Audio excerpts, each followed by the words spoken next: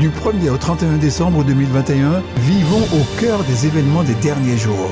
Le retour de Jésus, les 7 dernières plaies et bien d'autres avec le livre « Événements des derniers jours ». Des réponses claires et simples pour un temps comme celui-ci. Infoline 05 96 63 10 97. Boutique Vie et Santé.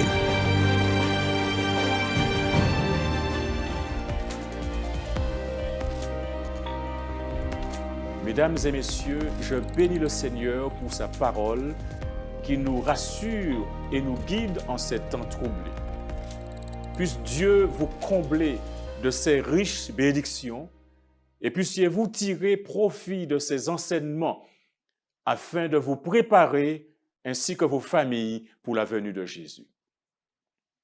Chacun se souvient des pluies diluviennes qui se sont abattues sur la Martinique en octobre 2019, inondant la commune de Rivière-Pilote, où en 24 heures, il y est tombé l'équivalent de 3 semaines de précipitations. Chacun se souvient des pluies diluviennes qui se sont abattues sur les Antilles du 6 au 15 novembre 2020. Des intempéries d'une rare violence frappant la Guadeloupe et le nord de la Martinique, causant de nombreux dégâts. Avec 55 000 personnes privées d'eau potable, au point où un planning de restriction d'eau potable sur l'ensemble de la Martinique fut mis en place pour pallier l'insuffisance de ressources en eau. À l'inverse du planning de restriction d'eau potable, afin de pallier l'insuffisance des ressources en eau, Dieu a prévu pour les derniers temps de déverser une abondante pluie afin de rafraîchir nos âmes. Le sujet d'aujourd'hui, une pluie de bénédiction pour toi. Ça, c'est le travail du Saint-Esprit. En effet, l'œuvre de l'Esprit est liée à la pluie. Nous lisons une déclaration du prophète Joël au chapitre 2, au verset 23, où il nous dit « Il vous donnera la pluie en son temps, il enverra la pluie de la première et de l'arrière-saison comme autrefois. » Pour vous permettre de comprendre cela, je vous invite à vous immerger dans le cycle pluvieux en rapport au semail en Orient. En Orient, la première pluie tombe au moment des semailles. Elle est nécessaire afin que la semaille puisse germer.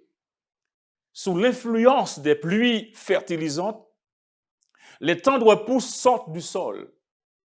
La pluie de l'arrière-saison, qui tombe vers la fin de la saison, fait mûrir le grain et le prépare pour la moisson. Le Seigneur utilise ces phénomènes naturels pour illustrer l'œuvre de l'Esprit. De même que la rosée et la pluie sont données d'abord pour permettre à la germination de la semence, puis pour mûrir la moisson, le Saint-Esprit est accordé pour mener à bonne fin, d'étape en étape, le processus de la croissance spirituelle. La maturation du grain symbolise l'achèvement de l'œuvre de la grâce de Dieu en nous qui croyons. L'image morale de Dieu doit être parfaite dans notre caractère et cela ne peut se faire que par la puissance du Saint-Esprit. Cela est très important parce que nous sommes appelés à être transformés à la ressemblance de Christ. La pluie de l'arrière-saison qui mûrit la moisson du monde représente la grâce spirituelle qui prépare les fidèles croyants à Dieu et à sa parole, à la venue du Fils de l'homme. Mais à moins que la première pluie ne soit tombée, la semence demeurera sans vie. Ça veut dire que la jeune pousse verte ne se lèvera pas. Si les premières averses n'ont pas accompli leur œuvre, la pluie de l'arrière-saison ne peut amener aucune semence à la perfection. Lorsque nous parlons de la pluie ici, il y a une application historique à l'ensemble de l'Église. Et nous considérons ce qui s'est passé lors de la première pluie de la Pentecôte en l'an 31. Eh bien, les disciples obéirent à l'ordre du Christ. Ils attendirent à Jérusalem la promesse du Père, c'est-à-dire l'effusion du Saint-Esprit. Ils n'attendaient pas dans la paresse, parce que Luc, chapitre 24, verset 53, nous apprend qu'ils étaient continuellement dans le temple, louant et bénissant Dieu. Dieu veut bénir son Église. Dieu veut vous bénir, mesdames et messieurs. Et tandis que les disciples attendaient l'accomplissement de la promesse, ils humiliaient leur cœur dans la vraie repentance. Ils confessaient leur incrédulité. Ils priaient avec une intense ferveur afin d'être rendus aptes à rencontrer les hommes et à prononcer quotidiennement les paroles qui conduiraient les pécheurs au Christ. Ils laissèrent de côté toutes leurs différences, leurs désirs de domination. Ils se rapprochèrent les uns des autres dans l'amitié chrétienne. Amen.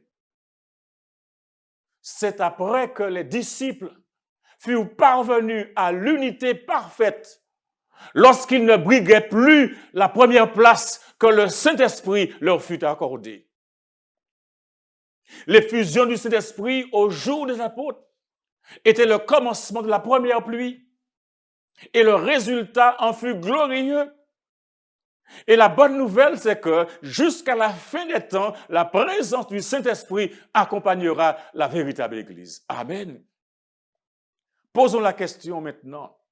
Quelles furent les conséquences de la première pluie à la Pentecôte? Sous l'influence de l'Esprit, des paroles de repentance et de confession se mêlaient au chant de reconnaissance pour le pardon des péchés. Des milliers d'âmes se convertissaient en un seul jour. Le Saint-Esprit les rendit capables de parler avec aisance des langues qu'ils ignoraient auparavant. Le Saint-Esprit accomplit pour eux ce qu'ils n'auraient pu accomplir par eux-mêmes durant toute une vie. Leur cœur débordait d'un tel enthousiasme, si plein, si profond, si rayonnant, qu'il les poussa à aller jusqu'aux extrémités de la terre afin de témoigner du pouvoir du Christ. Quel fut le résultat de l'effusion du Saint-Esprit au jour de la Pentecôte? Eh bien, la bonne nouvelle d'un Sauveur ressuscité fut portée jusqu'aux confins du monde. L'Église vit des convertis venir de tous les horizons. Ceux qui avaient apostasié se reconvertissaient. L'ambition des croyants était de révéler le caractère du Christ et de contribuer à l'extension de son royaume. Alléluia. Amis téléspectateurs, frères et sœurs, ne vous découragez pas. Peu importe ce qui se passe autour de vous, relevez la tête, car la promesse de la pluie de l'arrière-saison vous est faite pour les temps de la fin. Courage, mon frère, courage, ma sœur, courage, famille. Le Christ réserve une pluie de bénédiction pour toi et pour moi à la fin des temps de la fin. L'effusion de l'Esprit au jour des apôtres était la première pluie et le résultat en fut glorifié. L'effusion de l'Esprit au jour des apôtres était la première pluie et le résultat en fut glorieux. Mais la pluie de l'arrière-saison, tenez-vous bien, mais la pluie de l'arrière-saison, alléluia, mais la pluie de l'arrière-saison sera encore plus abondante, amen. Vers la fin de la moisson terrestre, un don spécial de la grâce spirituelle est promis pour préparer l'Église à la venue du Fils de l'homme. Cette effusion de l'Esprit est comparée à la pluie de l'arrière-saison. Avant que les jugements de Dieu ne visitent notre terre, il se manifestera parmi les enfants du Seigneur un tel réveil de la sainteté primitive qu'on n'en aura jamais vu de semblable depuis les temps apostoliques. L'Esprit et la puissance de Dieu seront répandus sur ses enfants. Amen. L'œuvre accomplie sera semblable à celle de la Pentecôte. De même que la première pluie a été donnée par l'effusion de l'Esprit qui a marqué les débuts de l'histoire de l'Évangile, afin de faire lever la précieuse semence, ainsi la pluie de l'arrière-saison sera déversée à la fin de cette histoire pour faire mûrir la moisson. La pluie de l'arrière-saison provoquera le grand cri d'Apocalypse 14, versets 8 à 11. Oh mes amis, soldats du Seigneur, revêtez-vous de toutes les armes de Dieu. Parmi les armes de Dieu, il y a la vérité.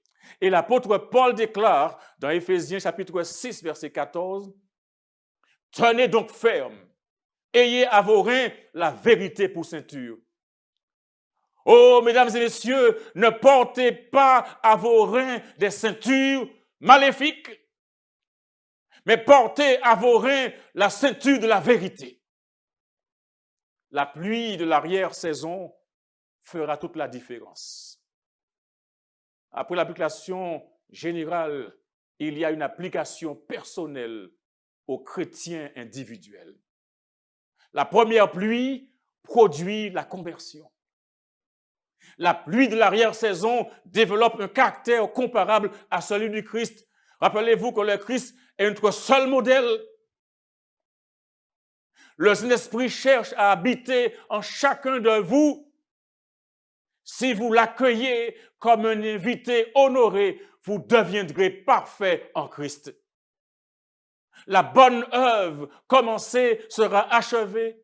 Les pensées saintes, les affections célestes, les actions semblables à celles du Christ remplaceront les pensées impures, les sentiments pervers, les actes de rébellion.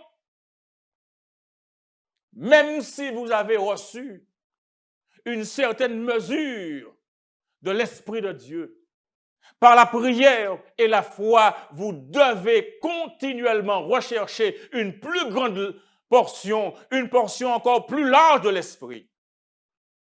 Vous ne devrez jamais cesser vos efforts en ce sens. Si vous ne progressez pas, si vous ne vous mettez pas en condition de recevoir la première pluie et celle de l'arrière-saison, vous perdrez votre âme. Et c'est à vous que la responsabilité incombera. Les rencontres de l'Église sont importantes. Alors je dis en cette période difficile, Covid ou pas Covid, n'abandonnons pas notre assemblée. Comme c'est la coutume de quelques-uns. Mais Hébreux 10, verset 25 nous dit, mais exhortons-nous réciproquement, et cela d'autant plus que nous voyons s'approcher le jour. Mes amis, le jour s'approche, n'abandonnons pas notre assemblée. Lorsque la voie sera préparée pour l'Esprit de Dieu, la bénédiction viendra. Satan ne peut pas plus empêcher la pluie de bénédiction de descendre des cieux sur le peuple de Dieu, qui ne peut fermer les fenêtres du ciel pour empêcher la pluie de tomber sur la terre. Il ne peut pas le faire. Nous devrions prier, mes amis, prier avec ferveur pour demander l'effusion du Saint-Esprit. Nous devrions prier pour l'effusion du Saint-Esprit avec autant de ferveur que les apôtres l'ont fait au jour de la Pentecôte. S'ils en avaient besoin en ce temps-là, à combien plus forte raison nous en avons besoin aujourd'hui? La descente du Saint-Esprit sur l'Église est considérée encore à venir, mais c'est le privilège de l'Église que de la recevoir dès maintenant. Recherchez-la, priez pour elle, croyez en elle, Nous devons la recevoir et les cieux attendent de nous la donner. Amen. Et pour cela, nous devons nous humilier nos cœurs dans la vraie repentance. Car un réveil de la véritable piété parmi nous est le plus grand et le plus urgent de tous nos besoins. Rechercher cette piété devait être notre premier travail. Nous devons fournir un effort persévérant pour obtenir la bénédiction du Seigneur. Non que Dieu ne veuille nous accorder ces bénédictions, mais parce que nous ne sommes pas prêts à les recevoir. Notre Père des cieux est plus désireux de donner le Saint-Esprit à ceux qui le lui demandent que les parents terrestres ne le sont de donner de bonnes choses à leurs enfants. Mais il nous incombe, oui, il nous incombe, par la confession, l'humiliation, la repentance et la prière fervente, de remplir les conditions que Dieu requiert pour nous accorder la bénédiction qu'il nous a promise. Un réveil ne peut être espéré que comme une réponse à la prière. Ainsi donc, il faut que nous prions davantage. La plume inspirée déclare qu'il devait y avoir un complet réveil parmi nous. Le corps pastoral doit se convertir. Des confessions, la repentance, des conversions sont nécessaires. Beaucoup de ceux qui prêchent la parole ont besoin de la grâce transformatrice de Dieu dans leur cœur. Ils ne devraient tolérer aucun obstacle à l'œuvre qui est à accomplir avant qu'il ne soit trop tard pour toujours. La réforme doit accompagner le réveil. En effet, un réveil et une réforme doivent prendre place sous la direction du Saint-Esprit. Le réveil et la réforme sont deux choses différentes. Le réveil implique un renouveau de la vie spirituelle, une dynamisation des puissances de l'esprit et du cœur, une résurrection qui libère de la mort spirituelle. La réforme implique de son côté une réorganisation, un changement dans les idées et les théories, les habitudes et les pratiques. La réforme ne portera pas le bon fruit de justice à moins d'être étroitement associée à un réveil de l'esprit. Le réveil et la réforme ont chacun leur rôle à remplir, mais ils doivent marcher de pair dans cette œuvre. Il faut renoncer aux rivalités, il faut renoncer aux dissensions. Lorsque les ouvriers auront le Christ constamment dans leur cœur, lorsqu'ils auront renoncé à tout égoïsme, lorsqu'ils se seront animés d'aucun sentiment de rivalité, lorsqu'ils ne se laisseront aller à aucune manœuvre dominatrice, lorsque l'unité existera véritablement, lorsqu'ils se sanctifieront de sorte que l'amour fraternel sera évident et ressenti de tous, alors les ondées de la grâce du Saint-Esprit descendront sur eux aussi sûrement que la promesse de Dieu ne manque jamais de s'accomplir à tous égards. Mais lorsque le travail des autres est déprécié par des ouvriers qui veulent mettre en évidence leur propre supériorité, ils prouvent que leur œuvre n'est pas de bon aloi. Dieu ne peut les bénir. Si nous voulons subsister au grand jour du Seigneur et trouver refuge dans le Christ, notre haute forteresse, nous devons renoncer à l'envie et à toute manœuvre dominatrice. Nous devons détruire complètement les racines de ces choses impures afin qu'elles ne puissent plus se développer dans notre vie. Nous devons prendre nettement parti pour le Seigneur et nous placer à ses côtés. Amen. Mes amis, il nous faut abandonner tout esprit de dissension et nous donner à Dieu pour le salut de ceux qui se perdent. Ainsi faisant, quand nous réclamerons avec foi la bénédiction promise elle viendra assurément. Alléluia. Le Christ nous enjoint à nous aimer les uns les autres. Toute âme sauvée le sera par l'amour, dont la source est en Dieu. La vraie conversion renonce à l'égoïsme et lui préfère une affection sanctifiée pour Dieu et pour les autres. Les qualités que Dieu apprécie, ces qualités qu'il apprécie le plus sont la charité et la pureté. Ces qualités devraient être particulièrement recherchées par chaque chrétien, par chaque chrétienne. Le plus puissant argument en faveur de l'Évangile, c'est un chrétien aimant et aimable. Amis, téléspectateurs, un renoncement total est requis. Car Dieu n'accepte rien de moins qu'un abandon complet de soi-même.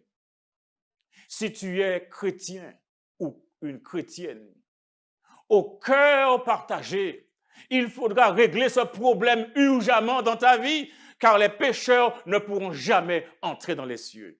Écoutez ce que le prophète Élie dit au peuple en temps de crise. Il dit dans 1 Roi 18, verset 21, « Jusqu'à quand clocherez-vous des deux côtés? Si l'Éternel est Dieu, allez après lui. Si c'est Baal, allez après lui. » Le vrai chrétien, la vraie chrétienne garde les fenêtres de l'âme ouvertes vers les cieux. Il ou elle vit dans l'amitié du Christ. Son plus cher désir est de devenir de plus en plus semblable au Christ. Nous ne pouvons pas nous servir du Saint-Esprit. C'est le Saint-Esprit qui doit se servir de nous. Par l'Esprit de Dieu, travaillons au sein de son peuple. Car c'est Dieu qui produit en nous le vouloir et le faire selon son bon plaisir. Mes amis, soumettez-vous au Saint-Esprit. Si vous gardez votre autonomie, vous ne recevrez jamais le don du Saint-Esprit. Car c'est seulement à ceux qui espèrent humblement en Dieu, qui recherchent son conseil et sa grâce, que l'Esprit est accordé. Donc, préparez la voie pour la pluie de l'arrière-saison. Pour prendre part au rafraîchissement, il faut remporter la victoire sur chaque défaut, sur l'orgueil, l'égoïsme, l'amour du monde et sur chaque mauvaise parole et chaque mauvaise action. Il faut se rapprocher de plus en plus près du Seigneur et chercher avec ferveur la préparation nécessaire qui nous permettra de rester debout dans la bataille au jour du Seigneur. Il faut remédier à ces défauts de caractère et purifier le temple de l'âme de toute souillure.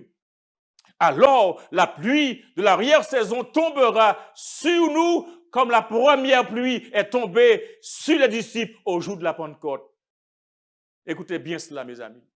Il n'est rien que Satan redoute autant que l'action du peuple de Dieu qui prépare la voie en ôtant tout obstacle, en sorte que le Seigneur puisse déverser son esprit sur l'Église languissante.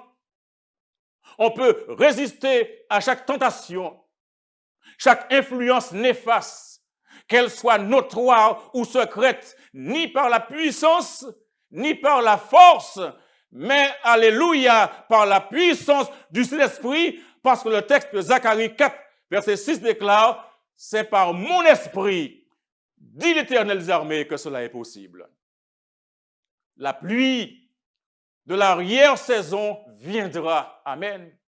Et la bénédiction de Dieu emplira chaque âme purifiée de toute souillure.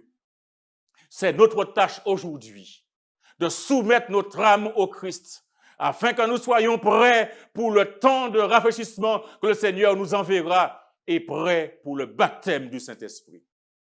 Mes amis, c'est l'heure de devenir des ouvriers actifs au service du Christ.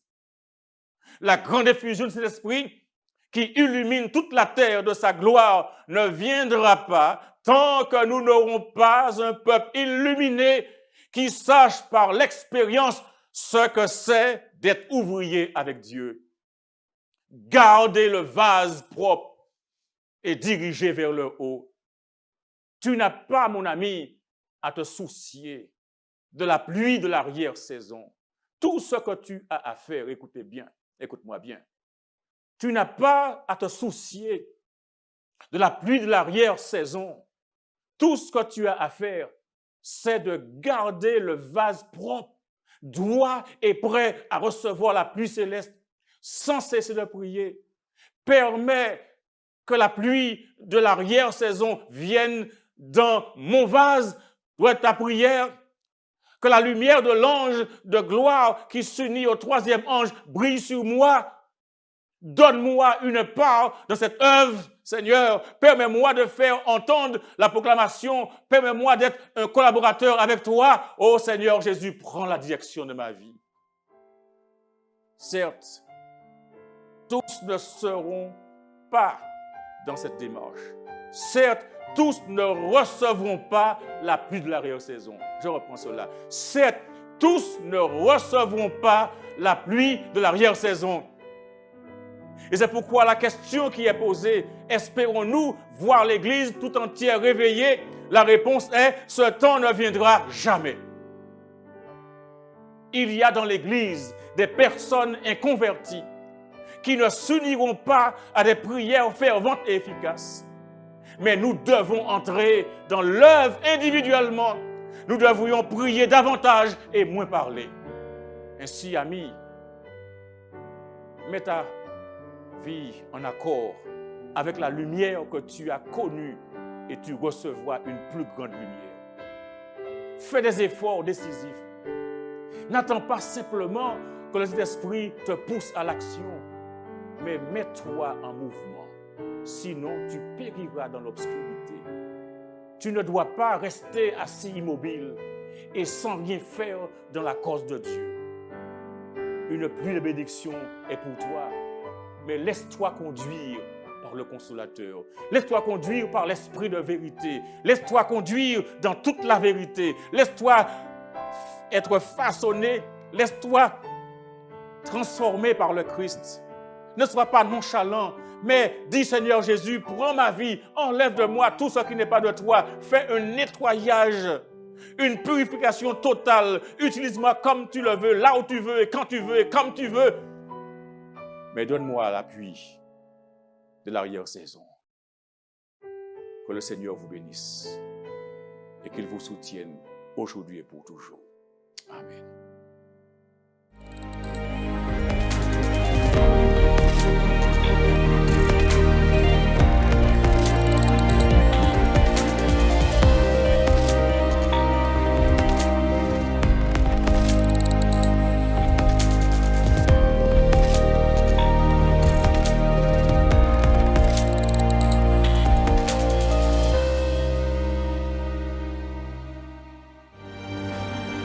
Du 1er au 31 décembre 2021, vivons au cœur des événements des derniers jours. Le retour de Jésus, les 7 dernières plaies et bien d'autres avec le livre « Événements des derniers jours ». Des réponses claires et simples pour un temps comme celui-ci. Infoline 05 96 63 10 97. Boutique Vie et Santé. Le département des publications de la Fédération de la Martinique vous présente Jésus, au cœur des événements des derniers jours. Avec le conférencier Daniel Lassonnier sur Zouk TV et Espérance Média, Jésus, au cœur des événements des derniers jours, du 6 au 19 décembre 2021, à partir de 18h, le samedi et le dimanche, 19h30.